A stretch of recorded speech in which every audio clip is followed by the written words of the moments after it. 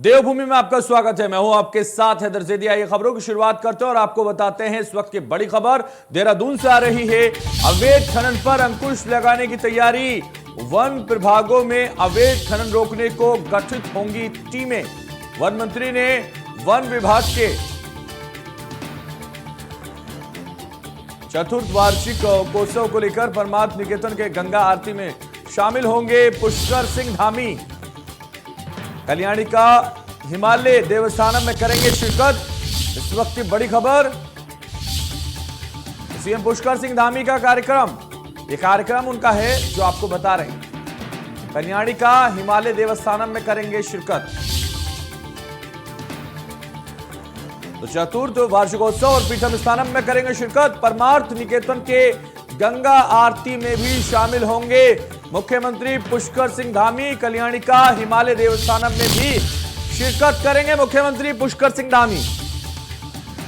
तो सीएम पुष्कर सिंह धामी कई कार्यक्रमों में शिरकत करेंगे और ये जो कार्यक्रम उनके हैं वो आपको इंडिया न्यूज पर बता रहे हैं। ज्यादा जानकारी के लिए हमारे संवाददाता रोहित सोनी हमारे साथ फोन लाइन पर जुड़ गए।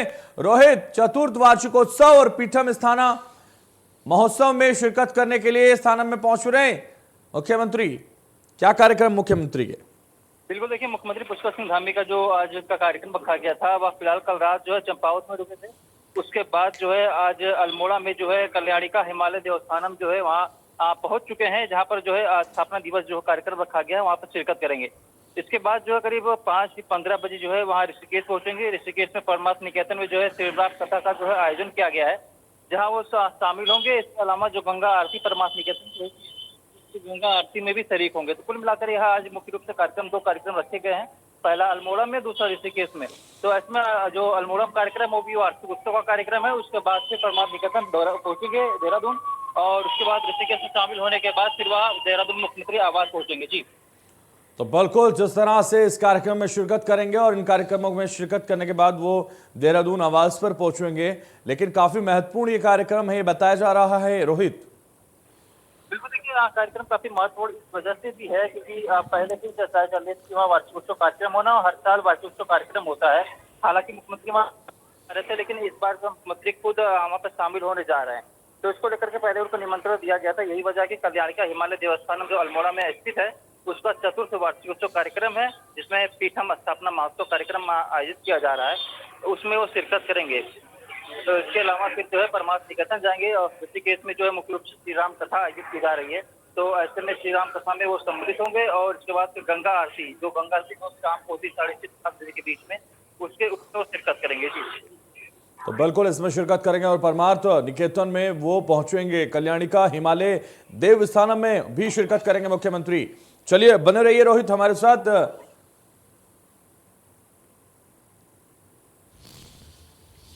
और इस वक्त की एक और बड़ी खबर आपको बताते हैं। इस वक्त की बड़ी खबर देहरादून से आ रही है। अवैध खनन पर अंकुश लगाने की तैयारी। वन विभागों में अवैध खनन रोकने को गठित होंगी टीमें। वन मंत्री ने वन विभाग के अधिकारियों को दिए निर्देश। अवैध खनन में संलिप्तता पर होगी कठोर कार्रवाई।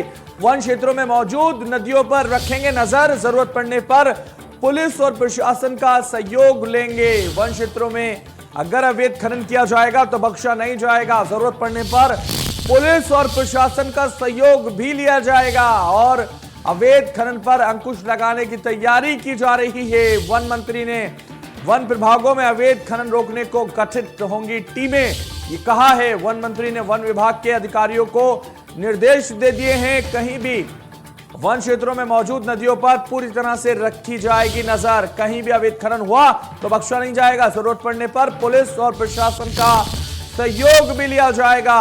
इस वक्त ये बड़ी खबर, अवैध खनन पर अंकुश लगाने की तैयारी लगातार जारी और इस बीच वन विभागों में अवैध खनन रोकने की लिए टीमें गठित की जाएंगी।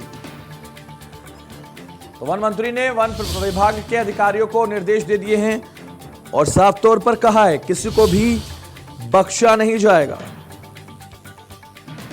जरूरत पड़ने पर पुलिस और प्रशासन का सहयोग भी लिया जाएगा। अवैध खनन पर अंकुश लगाने की तैयारी चल रही है। वन विभागों में अवैध खनन रोकने को गठित होंगी टीमें। वन मंत्री ने वन विभाग के अधिकारियों को निर्देश दे दिए हैं। वन क्षेत्रों में मौजूद नदियों पर रखेंगे नजर, तो जरूरत पड़ने पर पुलिस और प्रशासन का सहयोग लिया जाएगा। अवैध खनन पर अंकुश लगाने की तैयारी लगातार जारी है और वन विभागों में अवैध खनन रोकने को टीमें गठित होंगी। वन मंत्री ने वन विभाग के अधिकारियों को निर्देश दे दिए हैं। वन क्षेत्रों में मौजूद नदियों पर नजर रखेंगे, जरूरत पड़ने पर पुलिस और प्रशासन का सहयोग लिया जाएगा। उत्तराखंड राज्य में पिछले कुछ दिनों से पड़ रही भीषण गर्मी के बाद अब लोगों को थोड़ी राहत मिलने की उम्मीद जताई जा रही है। दरअसल उत्तराखंड मौसम विज्ञान केंद्र ने प्रदेश के तमाम हिस्सों में अगले 5 दिनों तक हल्की फुल्की बारिश के आसार जता दिए हैं, जिसके तहत मुख्य रूप से 16 मई को प्रदेश के तमाम हिस्सों में हल्की फुल्की बारिश देखने को मिल सकती है, तो वहीं 17 और 18 मई को प्रदेश के तमाम हिस्सों में तेज बारिश के साथ ही आपको बता दें ओलावृष्टि और तेज हवाएं चलने की संभावनाएं जताई जा रही हैं। मौसम विज्ञान केंद्र के अनुसार उत्तराखंड के पर्वतीय जिला उत्तरकाशी, रुद्रप्रयाग, चमोली, पिथौरागढ़ और बागेश्वर समेत कुछ जिलों में अगले 5 दिनों तक हल्की फुल्की बारिश के साथ ही तेज बारिश की संभावना भी जताई जा रही है। हालांकि इन सभी जिलों में 17 और 18 मई को तेज गर्जन के साथ बारिश होने की संभावनाएं जताई जा रही है। 19 और 20 मई को भी प्रदेश के तमाम हिस्सों में हल्की फुल्की बारिश की संभावना जताई जा रही है।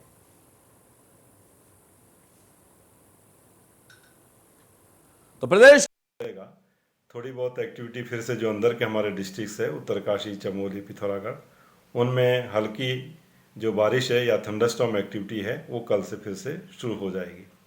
जब आप 17 या 18 में जाएंगे तो 17 में मैं कहूँगा कि जो अंदर के डिस्ट्रिक्ट है उत्तरकाशी, चमोली, रुद्रप्रयाग, पिथौरागढ़, बागेश्वर, तो इनमें तो अनेक जगहों में हल्की से मध्यम बारिश जो है वो ठीक ठाक मिलेगी और इसके अलावा जो है अनेक जगहों तक में वो मिलेगी। और इसके अलावा जो और हमारा हिली एरियाज है, पहाड़ी क्षेत्र है, तो उसमें भी कहीं कहीं पर हल्की मध्यम तक की बारिश जो है वो भी देखने को मिलेगी और डिस्ट्रिक्ट्स में भी। जहाँ तक प्लेन्स की बात है तो वहाँ मौसम करीब करीब ड्राई रहने वाला है। इसी तरह 18 में जब आप जाएंगे तो 18 तारीख में भी जो अंदर के डिस्ट्रिक्ट है उनमें कुछ जगहों तक में और फिर एडजॉइनिंग डिस्ट्रिक्ट जो हिल्स के और हैं तो उनमें भी का दुका जगहों में हल्की बारिश या थंडरस्टॉर्म एक्टिविटी वो देखने को मिलेगी। उत्तराखंड राज्य में पिछले कुछ दिनों से पड़ रही भीषण गर्मी के बाद अब थोड़ी राहत मिलने की उम्मीद जागी है। दरअसल इस वक्त देहरादून में आपको दिखाना चाहेंगे कि चटक धूप निकली हुई है और तापमान में काफ़ी उछाल देखा जा रहा है, लेकिन पश्चिमी विक्षोभ के सक्रिय होने की बात मौसम विभाग कह रहा है। हालांकि कुल मिलाकर कहें तो मौसम विभाग ने पूर्वानुमान जारी किया है, जिसके तहत 16 तारीख यानी आज शाम तक पश्चिमी विक्षोभ जो है सक्रिय हो जाएगा। ऐसे में 17 और 18 मई को प्रदेश के तमाम हिस्सों में हल्की फुल्की बारिश के साथ ही कुछ जगहों पर भारी बारिश की भी संभावना जताई है। इससे ही असर जो है 19-20 मई को भी देखने को मिलेगा। प्रदेश के तमाम हिस्सों में हल्की फुल्की बारिश की भी संभावना जताई है। फिलहाल मौसम विभाग ने जो अलर्ट जारी किया है वह येलो अलर्ट जारी किया है। ऐसे में तमाम जगहों पर हल्की फुल्की बारिश होने की संभावना है। लिहाजा अगर पर्वतीय क्षेत्रों पर बारिश होती है तो ऐसे में मैदानी क्षेत्रों पर भी उसका असर पड़ेगा और मौसम यानी तापमान में थोड़ी गिरावट दर्ज की जाएगी। इसके इतर हम बात करें तो चारधाम यात्रा क्षेत्रों में भी मौसम विभाग ने हल्की फुल्की बारिश के साथ ही तेज हवाएं चलने की संभावना जताई है। ऐसे में चारधाम की यात्रा पर आने वाले श्रद्धालुओं को तमाम एहतियात बरतने की जरूरत है, क्योंकि वहाँ पर थोड़ी बहुत ठंड बढ़ने के भी आसार जताए जा रहे हैं। कुल मिलाकर कहें तो अगर बारिश होती है पर्वतीय क्षेत्रों में तो लोगों को गर्मी से थोड़ी राहत जरूर मिलेगी। कैमरामैन सौरभ के साथ रोहित सोनी, इंडिया न्यूज, देहरादून। तो हमारे साथ इस वक्त रोहित सोनी हमारे संवाददाता जुड़े हुए हैं। रोहित, जिस तरह से लगातार गर्मी बढ़ती जा रही थी, अब इस बीच एक खबर आ रही है कि राहत मिलेगी इस गर्मी से और वो है हल्की बूंदाबांदी और साथ ही तेज बारिश की संभावनाएं। क्या संभावनाएं जताई जा रही मौसम विभाग की तरफ से? बिल्कुल, देखिए अगर हम तापमान की बात करें तो लगातार उत्तराखंड ही नहीं बल्कि देश के तमाम राज्यों में जो है तापमान का पारा लगातार बढ़ता जा रहा है। आलम यह है कि लोगों को गर्मी लगातार परेशान कर रहा है और ऐसे में उत्तराखंड के लिए राहत भरी खबर इसलिए भी है क्योंकि पश्चिमी विक्षोभ आज शाम तक सक्रिय हो जाएगा। उसके बाद जो है कल यानी 17 और 18 मई को जो है प्रदेश के तमाम हिस्सों में हल्की फुल्की बारिश के साथ ही भारी बारिश के जो है आसार जताए गए हैं। इसको लेकर के मौसम विभाग ने येलो अलर्ट भी जारी किया है, जिसमें मुख्य रूप से अगर देखें तो जो चारधाम में आने वाले यात्री हो उनके लिए खासकर एडवाइजरी यही है कि वह तमाम सावधानियां बरतें, क्योंकि पर्वतीय क्षेत्रों पर हल्की फुल्की बारिश होती है तो वहाँ ठंड का जो कहर है वह थोड़ा और अधिक बढ़ जाएगा, यानी कि वहाँ तापमान जो काफी अधिक गिरेगा। इससे पूरे प्रदेश भर में जो है तापमान में थोड़ी गिरावट दर्ज की जाएगी, तो लिहाजा लोगों को इससे थोड़ी राहत जरूर मिलेगी। इसी क्रम में जो अगले 2 दिन और बाकी है, तो उत्तराखंड 19 वासियों के को लिए भी जो बड़ी है राहत की खबर है, क्योंकि गर्मी लगातार पड़ रही है और ऐसे में चारधाम यात्रा भी जारी है और लगातार ये कहा जा रहा है जो गर्मी है उससे राहत के लिए बारिश होना जरूरी है। और ऐसे में मौसम विभाग ने जो अनुमान जताया है ये बहुत बड़ी राहत की खबर है उत्तराखंड वासियों के लिए। बिल्कुल देखिए, काफी राहत भरी खबर है, क्योंकि अगर तापमान की बात करें तो कल रविवार को भी 39 डिग्री सेल्सियस जो है तापमान देखा गया था, जिससे गर्मी काफी अधिक बढ़ रही थी। उमस सबसे अधिक हाली उमस हो रही थी।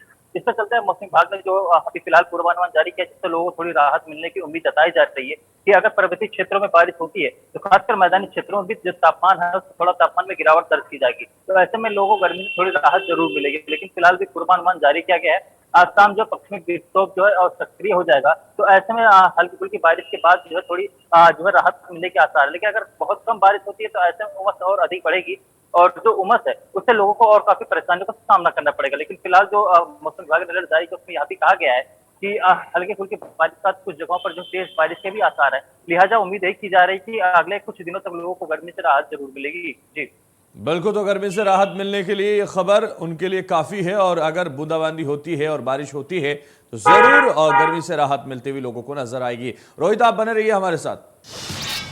हम खबरों में आगे बढ़ते हैं और आपको बताते हैं देहरादून से खबर है, जहां चारधाम यात्रा के दौरान नहीं थम रहा है मौतों का सिलसिला। अब तक 39 यात्री दम तोड़ चुके हैं। गंगोत्री धाम की यात्रा में 4 श्रद्धालुओं ने दम तोड़ दिया, तो यमुनोत्री धाम की यात्रा में 14 श्रद्धालुओं की मौत हो चुकी है। केदारनाथ धाम की यात्रा में 14 श्रद्धालुओं ने तोड़ा है दम। बद्रीनाथ धाम की यात्रा में 7 श्रद्धालु हो चुके हैं अब तक भगवान को प्यारे। तो ये लगातार जो मौतों का आंकड़ा है वो बढ़ता जा रहा है और चारधाम यात्रा में मौतों का जो सिलसिला है वो रुकने का नाम नहीं ले रहा है। अब तक 39 यात्री दम तोड़ चुके हैं। चारधाम यात्रा के दौरान लगातार मौतों का सिलसिला जारी है और इस सिलसिले से ये साफ तौर पर सवाल उठने लगे हैं, क्योंकि सिस्टम सही करने की बात लगातार हो रही है लेकिन अभी तक मौतों का जो सिलसिला है वो जारी है। रोहित हमारे संवाददाता हमारे साथ लगातार बने हुए हैं। रोहित, जिस तरह से लगातार चारधाम यात्रा को लेकर कहा जा रहा है कि पूरी तरह से एक्शन में सरकार, पूरी तरह से एक्शन में है सिस्टम, लेकिन फिर भी मौतों का आंकड़ा बढ़ रहा है, क्या वजह है? देखें तो रोजाना 1-2 मौतें लोगों रोजाना सामने आ रही है, क्योंकि मुख्य रूप से देखें तो फिलहाल जब शुरुआती चारधाम यात्रा हुई थी तो उस दौरान यमुनोत्री धाम में सबसे अधिक मौतें हुई थी, जिसका आंकड़ा 4 आया था। उसके बाद से फिर गंगोत्री धाम में, बद्रीनाथ धाम में और केदारनाथ धाम में भी लगातार मौतों का सिलसिला शुरू हो गया।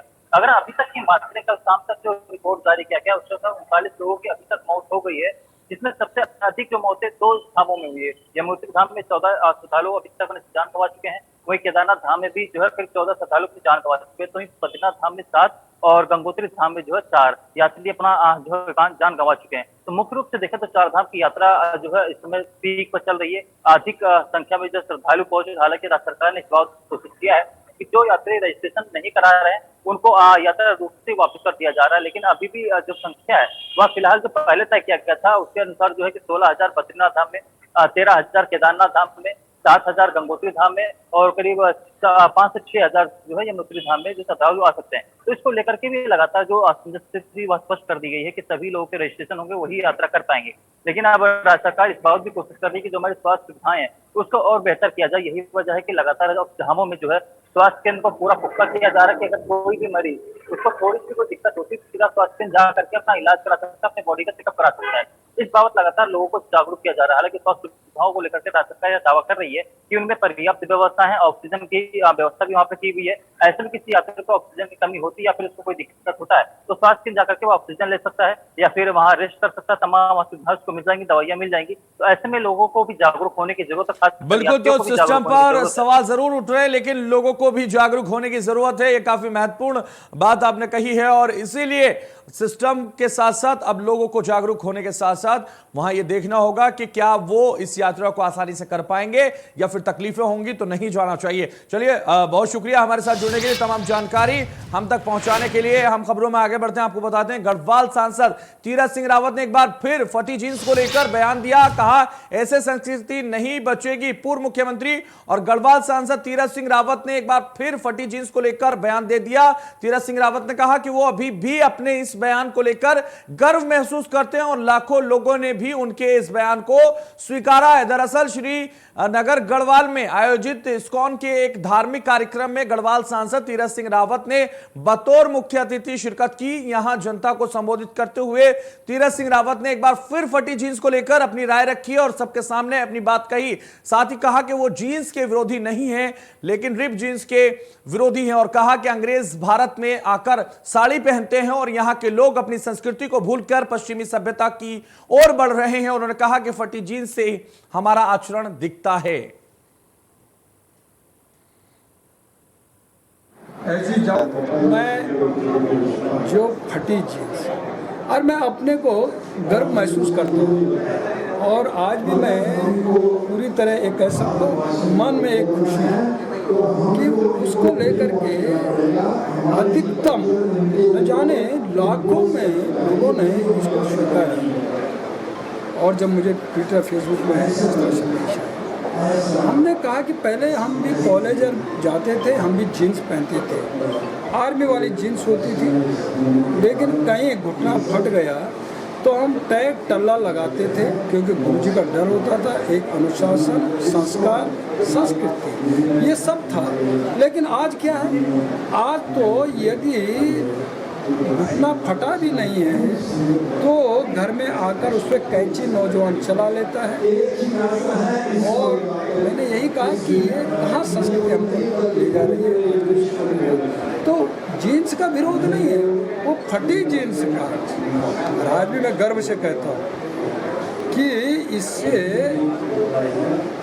आज का नौजवान और पूरा बदन ढकना ये हमारी संस्कृति।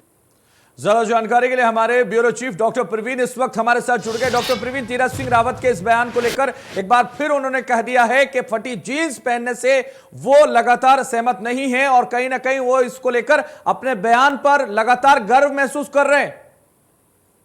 देखिए, निश्चित तौर पर तीरथ सिंह रावत मुख्यमंत्री रह चुके हैं उत्तराखंड के और सांसद हैं। उनका जो बयान है कहीं ना कहीं समाज के हर जो वर्ग को प्रभावित करता है।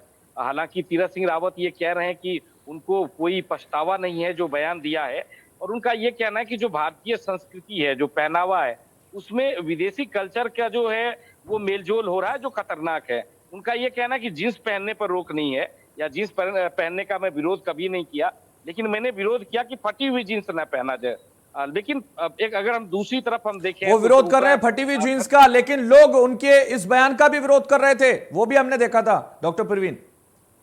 बिल्कुल बिल्कुल, क्योंकि आप समाज में युवाओं के जो ट्रेंड को आप नकार नहीं सकते। एक उम्र होती है जब अलग अलग तरह के कपड़े बच्चे पहनते हैं, जो युवा होते हैं वो पहनते हैं। अगर किसी के पहनावे पर इस तरह की रोक जो है, इस तरह की बयानबाजी का निश्चित तौर पर जो युवाओं में की प्रतिक्रिया देखने को मिलती है। हालांकि वो जरूर कह रहे हैं कि जींस पहनने पर मुझे कोई ऐतराज नहीं है, लेकिन इस तरह की बयानबाजी के बजाय अगर विकास को लेकर बयानबाजी हो तो बेहतर होगा, क्योंकि इससे कुछ मिलना नहीं है। सरकार हर वक्त कोशिश करती है कैसे मार्केट को बढ़ाया जाए। तो बिल्कुल, जिस तरह से लगातार इस बयान का विरोध हुआ था उसके बाद फिर उन्होंने ये बयान आलाप दिया है और फिर राप आलाप रहे हैं इसको लेकर, तो कहीं ना कहीं इट्स इन वोग को अगर वो पाबंदी में रखना चाहेंगे तो विरोध तो उनका भी होगा, जाहिर है। चलिए, बहुत शुक्रिया हमारे साथ जुड़ने के लिए, तमाम जानकारी हम तक पहुंचाने के लिए डॉक्टर प्रवीण। इस वक्त की बड़ी खबर का रुख करते हैं, आपको बताते हैं इस वक्त एक बड़ी खबर आ रही है, ब्रेकिंग न्यूज इस वक्त की आपको बता देते हैं। इस वक्त की ब्रेकिंग न्यूज आ रही है, जी हां, इस वक्त एक बड़ी खबर आ रही है और रुख करते हैं इस वक्त की बड़ी खबर का। तो इस वक्त की बड़ी जानकारी आप तक पहुंचाते हैं क्योंकि इस वक्त एक बड़ी खबर आ रही है। खबर देहरादून से आ रही है, जहां हेमकुंड साहिब के 22 हेमकुंड साहिब में श्रद्धालुओं की संख्या तय हुई है। चारधाम की तरह ही हेमकुंड साहिब के लिए श्रद्धालुओं की संख्या को तय किया गया है। रोजाना 5000 श्रद्धालु ही हेमकुंड साहिब का दर्शन कर सकेंगे। हेमकुंड साहिब आने वाले श्रद्धालुओं को भी रजिस्ट्रेशन करवाना अनिवार्य होगा। उत्तराखंड सरकार ने हेमकुंड साहिब मैनेजमेंट ट्रस्ट से विचार विमर्श कर निर्णय लिया है। तो ये निर्णय लिया गया है 22 मई को हेमकुंड साहिब के खुलेंगे कपाट और इसके लिए रजिस्ट्रेशन कराना होगा। बिना रजिस्ट्रेशन की अनुमति नहीं होगी। तमाम नियम इसके लिए अपनाने होंगे। रोजाना 5000 श्रद्धालु दर्शन कर सकेंगे। इसको तय किया गया है क्योंकि ज्यादा अगर श्रद्धालु आएंगे तो व्यवस्था बिगड़ जाएगी और सिस्टम को बनाने के लिए 5000 श्रद्धालुओं की समय सीमा तय की गई। श्रद्धालुओं की संख्या के लिए उनका रजिस्ट्रेशन होगा। तमाम व्यवस्थाओं को देखेगी सरकार। उसके लिए एक खाका तैयार किया जाएगा, सिस्टम तैयार होगा और फिर 22 मई को श्रद्धालुओं को दर्शन करने के लिए कहा गया है। तो फिलहाल देवभूमि में बस इतना ही। दीजिए मुझे इजाजत और आप देखते रहिए इंडिया न्यूज।